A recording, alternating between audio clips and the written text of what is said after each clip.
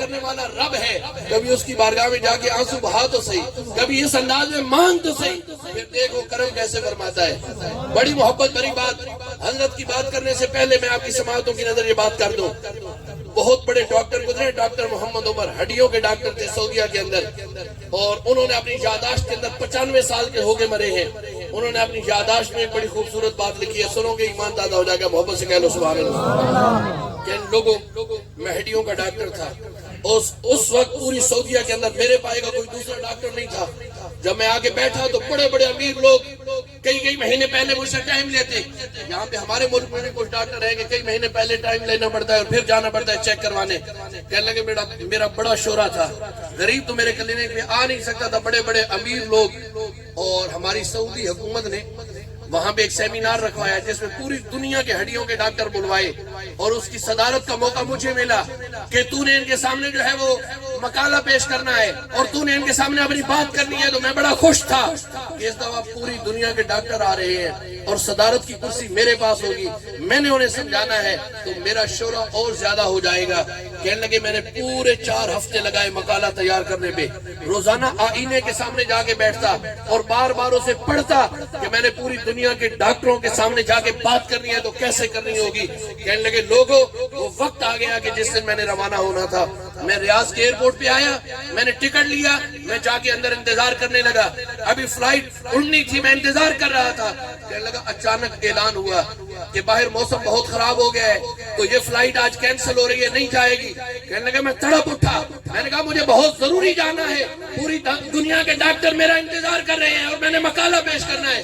انہوں نے کہا جو مرضی ہو، حالات چونکہ ایسے نہیں ہے کہ پرواز جو ہے وہ ہو سکے، لہذا جہاز نہیں جائے گا، آپ کا بہت ضروری جانا ہے تو آپ گاڑی سے 6 گھنٹے کی ڈرائیو میں چلے جائیں۔ کہنے لگے میں غصے سے میں نے اپنا ٹیچی اٹھایا، باہر نکلا، باہر آ کے میں نے گاڑی لی اور میں نے اندھا دھند دوڑانی شروع کر دی کہ میں وقت پہ پہنچ جاؤں۔ کہنے لگے لوگوں بجلی کڑکتی رہی، بارش برستی رہی، آندھی نے میری گاڑی کا رخ موڑ دیا، میں راستہ بھی بھول گیا اور میں 3 گھنٹے تک لگاتار ڈرائیو کرتا رہا۔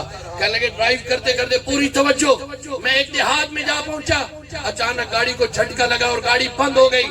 جب میں نیچے آیا تو میں نے دیکھا ہر طرف اندھیرا ہی اندھیرا، قریب ایک مکان تھا کچا سا، میں نے اس کے دروازے پہ دستک دی تاکہ یہاں سے میں پوچھوں کہ یہاں پہ کوئی فون ہو یا کوئی سہولت ہو یا گاڑی ملے تو میں اپنا سفر جاری رکھ سکوں۔ کہنے لگے میں نے دروازے سے دستک دی تو اندر سے ایک نحیف سی آواز آئی، دروازہ کھلا ہے اندر آ جاؤ،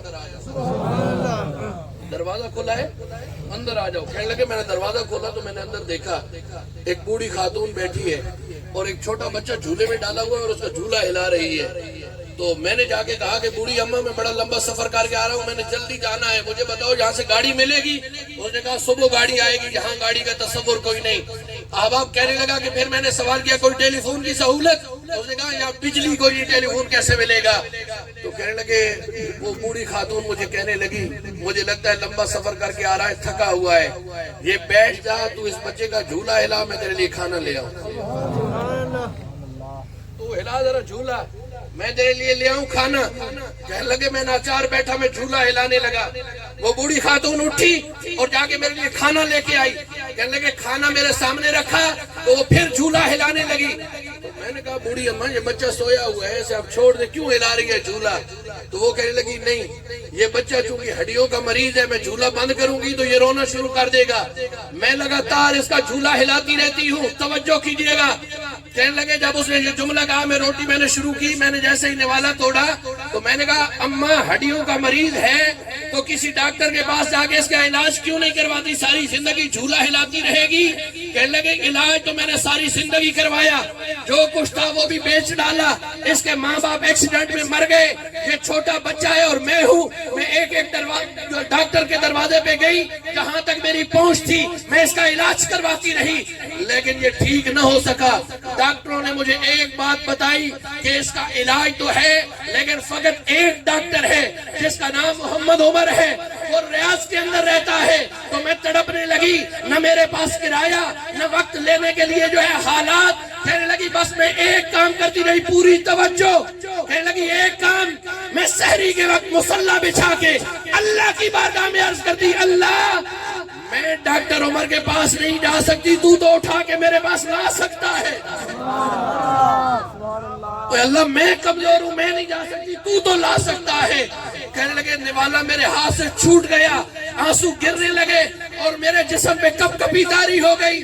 میں ہاتھ جوڑ کے اللہ کی بارگاہ میں عرض کرنے لگا، اے بارگاہ الہ، کہاں ڈاکٹر عمر جس سے ٹائم لینے کے لیے لوگ مہینوں لگاتے ہیں، تو نے کہاں سے اٹھایا؟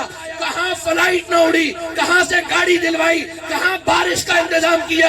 کہاں بجلی کڑکتی رہی؟ کہاں آندھی نے میرا رخ موڑ دیا؟ کہاں اٹھا کے اس بوڑھی کے دروازے پہ آ کے غریب کے گھر سے کھانا بھی کھلوایا ہے، اس کے بچے کا جھولا بھی جھلوایا ہے؟ کہاں میں اتنے نخرے والا بندہ کہ مجھ سے ٹائم لینے کے لیے لوگ اتنا وقت لیتے، اور کہاں یہ بوڑھی خاتون، میرے اللہ تیری مرضی، تو نے مجھے کہاں سے اٹھایا اور اس غریب بوڑھی کے دروازے پہ لے آیا۔ کہنے لگے اس دن مجھے یہ پتہ چل گیا، کوئی بندہ تڑپ کے اپنے رب کے سامنے اپنا دکھڑا بیان کرے تو بندے کی رینج سے معاملہ دور ہو سکتا ہے، خدا کی رینج سے دور کوئی نہیں۔ میرا مل کے محبت سے کہو سبحان اللہ۔ وقت اپنی وسعتوں کو سمیٹ رہا ہے۔ آج پہلی بات میں یہ گزارش کروں گا